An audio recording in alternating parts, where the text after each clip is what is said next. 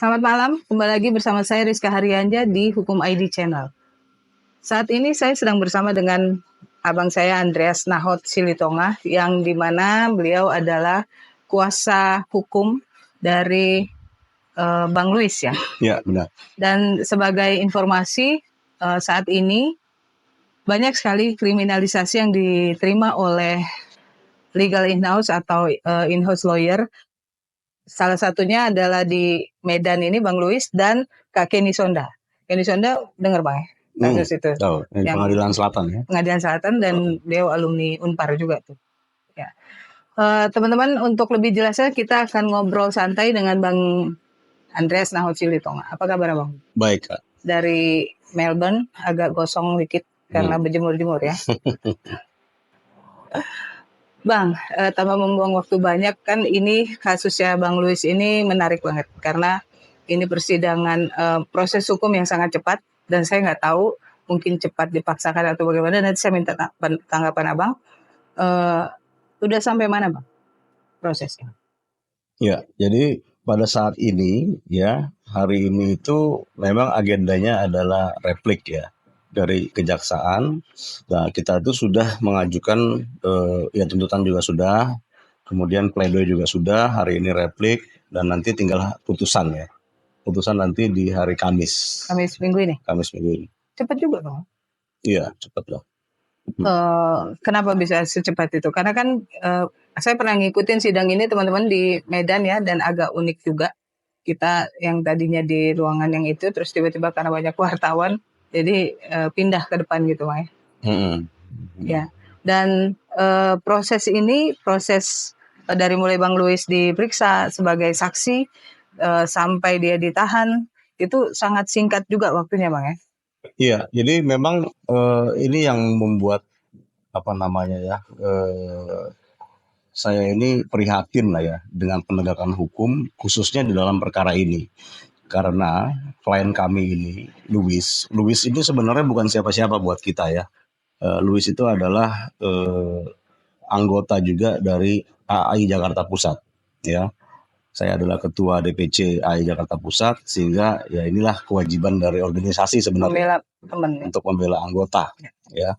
Kita nggak panjang-panjang gitu loh mengambil keputusan bahwa pada saat Luis meminta, pada saat itu tanggal 6 Mei tepatnya ya, dia itu langsung dijemput oleh penyidik untuk diperiksa sebagai saksi ya.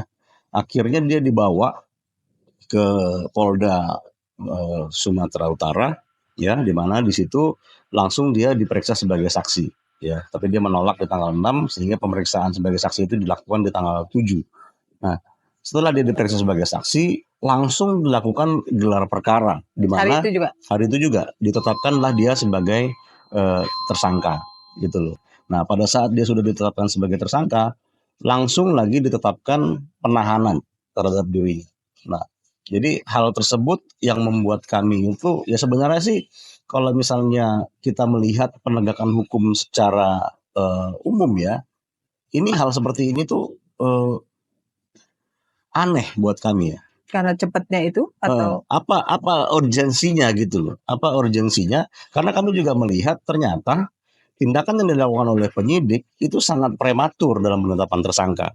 Kenapa saya bilang prematur? Karena banyak hal-hal itu yang baru diperiksa belakangan. Misalnya nih, ini kan perkara ini adalah perkara tentang dugaan pemalsuan surat ya dalam sebuah proses PKPU, di mana yang dituduhkan itu adalah dia memalsukan tanda tangan dari direktur utama. Luis ini adalah sebagai kuasa dari perusahaan yang debitur ya, perusahaan itu debitur yang sedang dalam masa PKPU, di mana di situ ada proposal yang harus disampaikan oleh debitur ini.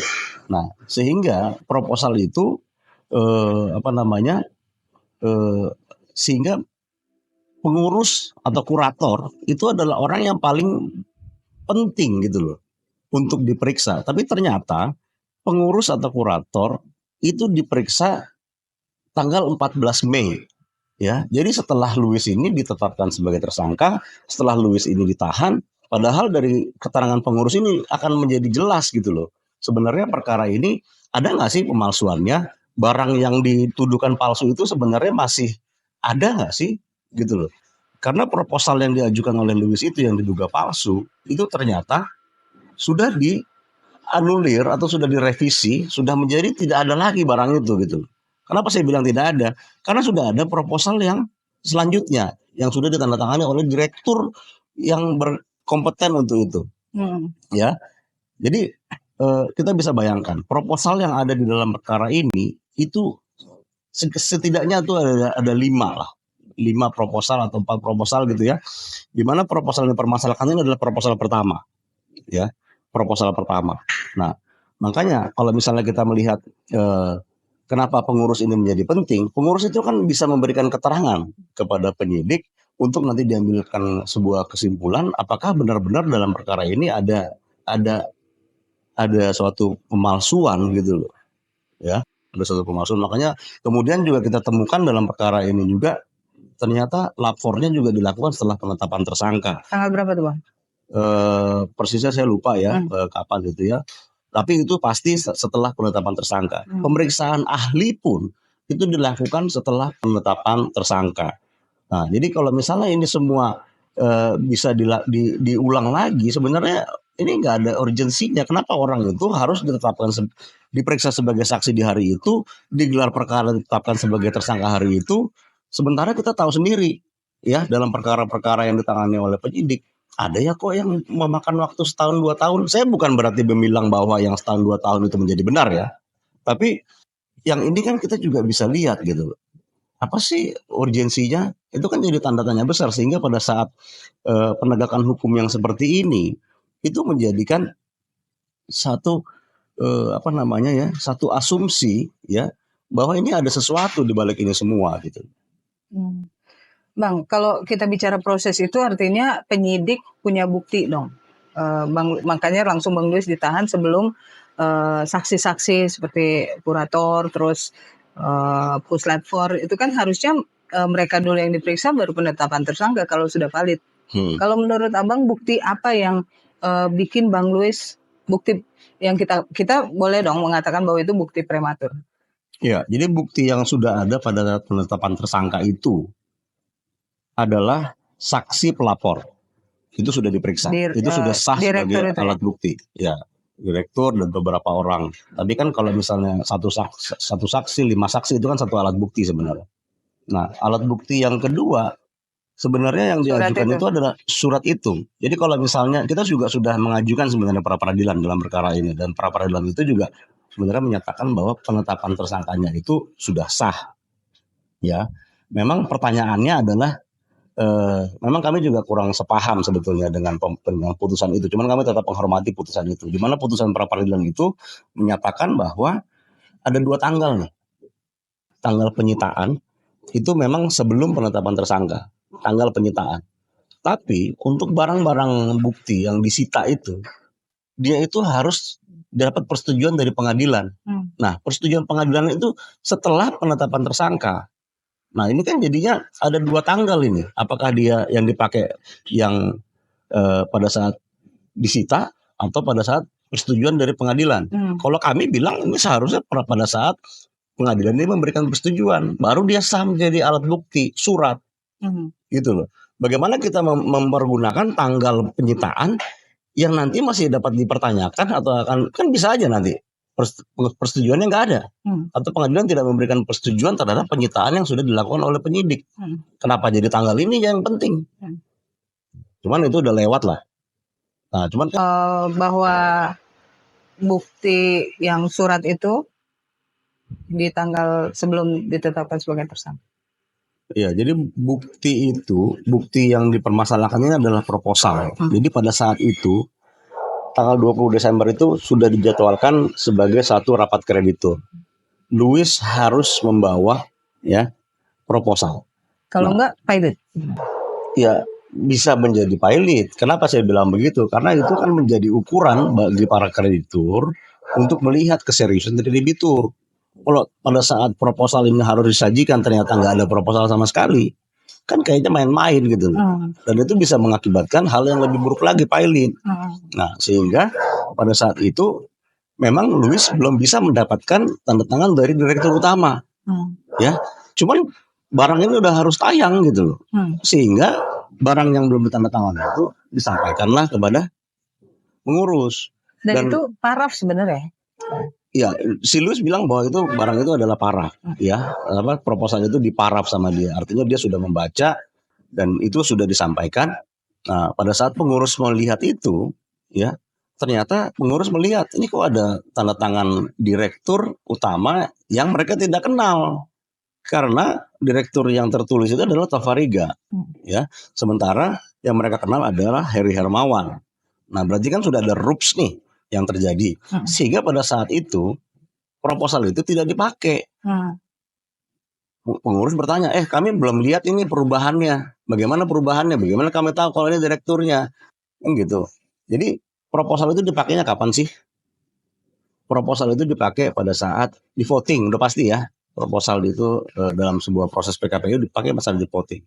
Kapan lagi dia dipakai? Pada saat dibahas. Nah, ini belum dibahas, belum di voting, tidak terjadi apa-apa di tanggal 20 itu gitu. Nah, terus sekarang proposal itu ternyata sudah direvisi oleh debitur pilot menjadi proposal kedua, menjadi proposal ketiga. Nah, bagaimana nasib proposal pertama yang sudah direvisi? Artinya nggak dipakai dong itu, Bang? Sudah nggak berlaku lagi. Terus kenapa itu bisa menjadi bukti? Nah, bagaimana barang ini bisa dipakai? Barang yang udah nggak ada lagi nih di dunia ini nih. Kalau orang ini udah mati nih. Kenapa saya bilang udah mati? Karena sudah ada revisiannya. Revisi kedua, revisi ketiga, revisi keempat, bahkan kelima ya. Pada saat dia di voting pun bukan barang ini gitu. Barang ini tuh nggak di voting, nggak jadi apa-apa. Ini cuma dipakai sama Luis untuk mempertahankan dengan pemikiran dia. Jangan sampai perusahaan saya ini pilot. Jangan sampai klien saya ini pilot. Gitu loh. Makanya barang itu disampaikan dan pada saat dilapor apa masih ada proposal yang sudah direvisi kemudian dan direvisi lagi dan direvisi lagi. Jangankan yang ini, proposal keempat pada saat ada proposal kelima itu udah nggak berlaku lagi. Ya, itu karena sudah direvisi, kan begitu. Revisi itu menghilangkan proposal yang sebelumnya. Nah, bagaimana pada saat dan ini yang saya bilang tadi, ini semestinya bisa diketahui oleh penyidik pada saat dia itu memeriksa para pengurus. Kenapa pengurusnya dilakukan pemeriksaan belakangan setelah dilakukan penetapan tersangka? Dan itu rentang waktunya panjang juga, Bang, 1 minggu ya. 1 minggu. 1 minggu setelah ditetapkan Bang Luis sebagai tersangka. Iya, dan sudah ditahan. Ya. Bang, artinya di proposal kita bicara proposal nih, Prodam ini angka yang Bang Luis paraf itu kan 300 ya, 350 something gitu. Tapi yang proposal kedua, ketiga dan seterusnya yang dibayar bahkan itu 500 juta, artinya nggak ada kerugian. Kalau Abang nanggepin yang untuk Prodam yang pertama, kedua, ketiga ini bagaimana? Nah, ini sekarang yang dipermasalahkan hanya kepada pembayaran yang dilakukan kepada satu kreditur, ya namanya PT Taza. Nah, di mana di proposal yang pertama ini sebenarnya juga si Luis ini sudah membahas ini dengan para stakeholder di perusahaan itu. Ya. Termasuk si Dirut. Sudah. Barang itu sudah disampaikan, sudah dimintakan tanda tangan, sudah pernah dibahas, dan itu ada bukti-bukti chat di dalam WA grup mereka sendiri, ya, yang pada akhirnya juga terungkap di muka persidangan bahwa barang itu sebenarnya sudah mendapatkan persetujuan. Jadi apa lagi gitu loh. Nah, yang tertulis adalah di proposal pertama denda. Ini masalahnya masalah denda. Masalah pokok, oke, 500 juta. Nah, sekarang mereka mempermasalahkan. Kami belum pernah memberikan persetujuan kamu menulis denda itu di 70% dari nilai pokok. Artinya itu 70% dari 500 juta. Itu sekitar 350 juta. Nah, kemudian proposal berikutnya, perusahaan ini berubah pikiran. Jangan deh 70%. Nah, itu ada chatnya. Dan jadi itu terungkap di pengadilan? Terungkap di pengadilan. Bahwa ada diskusi antara mereka. Ada surat yang akan diterbitkan yang menyebutkan bahwa kami memberikan batas waktu 70% sampai dengan tanggal sekian. Kalau enggak diambil, 70% ini kami akan menjadikan 50%. Jadi diturunkan. Di proposal kedua 50%.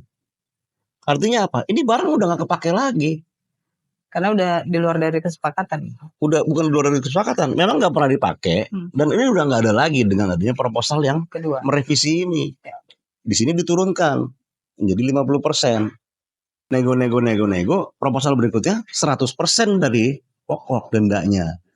Itulah 500 juta. Dan itu dibayar. Itu pun dibayar, dan dalam persidangan itu terungkap bahwa memang seluruh persetujuan sudah diambil oleh baik itu direktur maupun pemegang sahamnya. Dan itu sudah sah, mereka sudah sangat setuju dengan proposal yang terakhir, kesepakatan yang terakhir, mereka akan membayarkan 100% dari denda 500 juta, dan itu sudah dibayarkan. Dan perusahaan ini pilot bukan karena proposal ini, proposal pertama. Proposal pertama sama sekali tidak pernah dipakai. Sudah tidak ada barang ini, udah mati. Kenapa mati? Saya bilang tadi kan, sudah ada proposal berikutnya. Di voting proposalnya, yang terakhir ya, proposal kelima kalau nggak salah. Nah setelah di voting, semua kreditur setuju. Tahu nggak pilotnya kenapa? Karena debitur ini tidak mau membayar fee pengurus. Pilot, itu hukumnya. Jadi ini udah nggak ada lagi urusannya. Nah sekarang kita bicara kerugian. Dalam dakwaan kerugian tertulis 350 juta. Ya. Saksi-saksi ternyata bilang 500 juta. Apa nasibnya surat dakwaan ini? Nggak terbukti. Bukan hanya itu. Sekarang kalau misalnya saya bilang, saya rugi 100 juta. Apakah pengadilan akan menerima mentah-mentah omongan saya? Saya harus buktikan bahwa saya memang memiliki hak atas 100 juta itu. Saya yang berhak. Terus hilang, diambil, rugi saya. Kan gitu. Nah sekarang dalam kesaksian para saksi korban lah katakanlah ya, dia menyatakan bahwa saya seharusnya tidak membayar denda.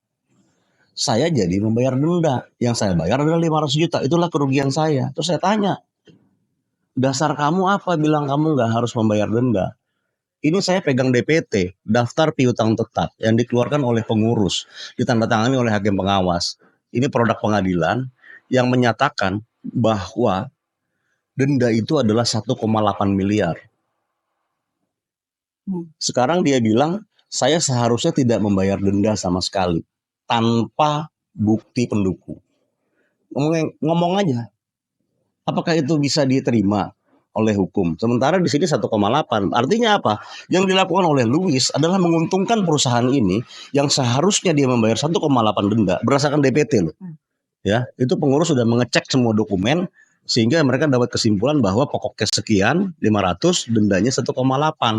Nah, sekarang yang dibayarkan hanya 500, disepakati nih. Berarti kan ada 1,3 yang diuntungkan perusahaan ini. Terus dia bilang rugi. Mana ruginya? Nah, pasal 263 tentang pemalsuan itu, salah satu unsurnya adalah dapat menimbulkan kerugian. Oke, kata dapat itu memang membuat pasal ini menjadi sangat menjadi pasal karet lah, dapat ya. Cuman perkara ini tidak ada kerugiannya. Jadi gimana bisa jalan ini perkaranya at the first place? Barang yang sudah nggak ada demi hukum karena sudah direvisi, dijadikan dasar laporan polisi. Orang udah ditahan, ternyata pengurusnya diperiksa belakangan, ya kan? Ahli-ahli diperiksa belakangan. Nah, jadi ini bukan mencari kebenaran, ini mencari pembenaran. Harus, jadi udah ada dulu label tersangka, terus gimana caranya untuk mempertahankan itu? Inilah penyidikan yang dilakukan selama ini dalam kasus ini, gitu loh. Jadi sama sekali nggak ada kerugian. Kalau nggak ada kerugian gimana? Ya nggak bisa dihukum seseorang. Karena apa? Karena itu adalah menjadi salah satu unsur yang didakwakan, unsur dari pasal yang didakwakan. Pasal 263 itu di dalam dakwaan ini ada 2. Satu itu adalah di ayat 1-nya, masalah pembuatannya, itu juga ada masalah kerugian. Di ayat 2-nya juga harus dapat menimbulkan kerugian. Nah, di sini sama sekali nggak ada kerugian. Jadi ini nggak ada pilihan lain sebenarnya untuk majelis ini untuk memberikan putusan bebas terhadap Louis. Nah, makanya kami sangat berharap sekarang sebagai tim penasehat hukum, sebagai praktisi hukum, ya, sebagai lawyer juga, ya. Artinya berharap sebenarnya keadilan itu harus ada juga gitu loh dalam perkara ini karena ini menyangkut banyak pihak gitu loh. Bisa aja besok-besok saudara kita, anak kita, orang tua kita, ya kan? Ini kebetulan teman saya nih, anggota AI Jakarta Pusat. Berikutnya bisa Anda. Kalau misalnya ini nggak bisa ditegakkan kebenaran di dalam perkara ini. Jadi Abang berharap bahwa kita patuh sama hukum ya, yang sepatutnya berjalan gitu Bang ya. Iya, harus ada keadilan lah. Sekarang nggak ada dasarnya Luis ini harus tetap ditahan. Dia sudah ditahan sekitar 5 bulan sekarang. Untuk perkara yang seperti ini gitu. Kenapa sih orang harus Nggak minta ditahan? penangguhan penahanan. Artinya begini, kalau misalnya kita bicara ya dalam perkara yang sedang berjalan ini ya, semua itu sudah dilakukan oleh tim penasihat hukum. Kita sudah berupaya semaksimal mungkin, segala daya upaya sudah dilakukan. Bahkan kita juga melakukan pra peradilan, ya kan? Nah, sekarang kita tinggal menunggu putusannya. Nah, makanya dalam putusan ini saya yakin bukan cuma kami nih yang berharap. Saya yakin banyak pihak juga yang mendoakan perkara ini. Mudah-mudahan majelis ini bisa terbuka lah hatinya. Karena dalam persidangan juga sebenarnya banyak hal itu yang menguntungkan pihak kita gitu loh. Tapi menurut Abang ada tangan-tangan tak terlihat nggak sih yang mengendalikan kasus ini Bang? Itu kita nggak bisa menyimpulkan sampai sejauh itu ya karena kalau misalnya diurut-urut, kenapa sih harus ditetapkan tersangka di tanggal 7 Mei? Jadi pas Pada begitu saat diperiksa gelar perkara, iya, langsung nggak pulang Bang ya? langsung ditahan. Nah, artinya kenapa ini? Kenapa harus seperti itu? Itu yang saya belum dapat jawabannya sampai sekarang. Ya. Kemudian perkara ini pun berjalan ke pengadilan. Ya, di dalam pengadilan kami sangat bersyukur kami memiliki fakta persidangan yang sangat baik. Sangat baik. Kenapa saya bilang sangat baik? Karena nggak ada kerugian yang timbul, yang terbukti di sini. Ya, kerugian sama sekali nggak ada. Material, imaterial, ya. Karena apa? Karena kalau misalnya dibilang imaterial, mana imaterialnya? Barangnya ini udah nggak ada. Justru Gimana sih kehadiran barang itu untuk menyelamatkan perusahaan gitu Bang ya? Iya, segala pertimbangannya. Makanya kan kita juga harus melihat ada nggak niat jahat. Ya, niat jahat dalam perkara ini. Misalnya markup atau apa kan nggak terbukti juga di situ. Nggak ada, nggak bisa, bukan nggak bisa terbukti. Nggak ada nalar kita yang bisa menyimpulkan bahwa ini orang niatnya jahat pada saat dia membuat atau menyampaikan proposal ini. Orang barang belum jadi harus disampaikan, memang belum jadi. Gitu loh. Setelah itu direvisi. Barang ini mati. Gimana bisa dipakai buat dasar laporan polisi? Jadi Beda halnya kalau misalnya ya, ini kita secara penafsiran terbaliknya atau keadaan yang lainnya ya. Saya kasih contoh. Misalnya barang ini diajukan, ya, kemudian barang ini di voting belum dapat persetujuan, ya iyalah, masalah lah itu. Nah ini barang ini sudah direvisi, udah nggak ada lagi, gitu loh. Nah kenapa masih bisa dipakai untuk melakukan penuntutan? berarti bisa kita bilang dong Bang, itu mumi ya? Iya, karena apa? Karena di dalam surat dakwaan itu nggak tergambar, padahal di dalam BAP dari si pengurus atau kurator itu udah ada di situ bahwa ini proposalnya sudah direvisi, itu barang itu nggak dipakai, udah direvisi. Nah, itulah kenapa saya sangat menyayangkan ya ini bisa orang ditahan 5 bulan untuk kasus seperti ini. Gitu. Dan selain tadi Abang berharap bahwa majelis hakim itu bisa berdiri netral dalam hal ini untuk memutuskan perkara ini, apalagi Bang harapan untuk hukum di Indonesia karena in-house lawyer atau legal in-house itu kadang-kadang kerap menjadi korban atau kambing hitam seperti Bang Louis, Kak Kenny Sonda dan lain sebagainya. Apa yang ingin Abang sampaikan? Ya, yang pertama penyidik harus lebih berhati-hati dalam menggunakan kewenangannya. Memang kewenangan ini di dunia atau di alam yang ideal ya, saya bilang ya, itu sangat baik. Sistemnya baik sekali. Kita bisa bayangkan, hanya 2 alat bukti yang diperlukan. Berarti tesnya kan sangat rendah ya, sangat rendah. Tinggal nanti 2 alat bukti ini untuk menetapkan seorang sebagai tersangka. Bagaimana kalau misalnya ini adalah kejahatan serius yang harus cepat ditindak? Bagus. Ya kan? Artinya 2 alat bukti, kita udah tahu nih orang jahat. Tapi kalau misalnya sistemnya berbelit-belit, bisa-bisa jadi lepas. Nah, 2 alat bukti ini udah sangat baik gitu loh. Jadi kita bisa menjangkau dia. Cuman yang dijangkau ini bukan hanya si penjahat. Yang nggak jahat pun bisa jadi terjangkau juga.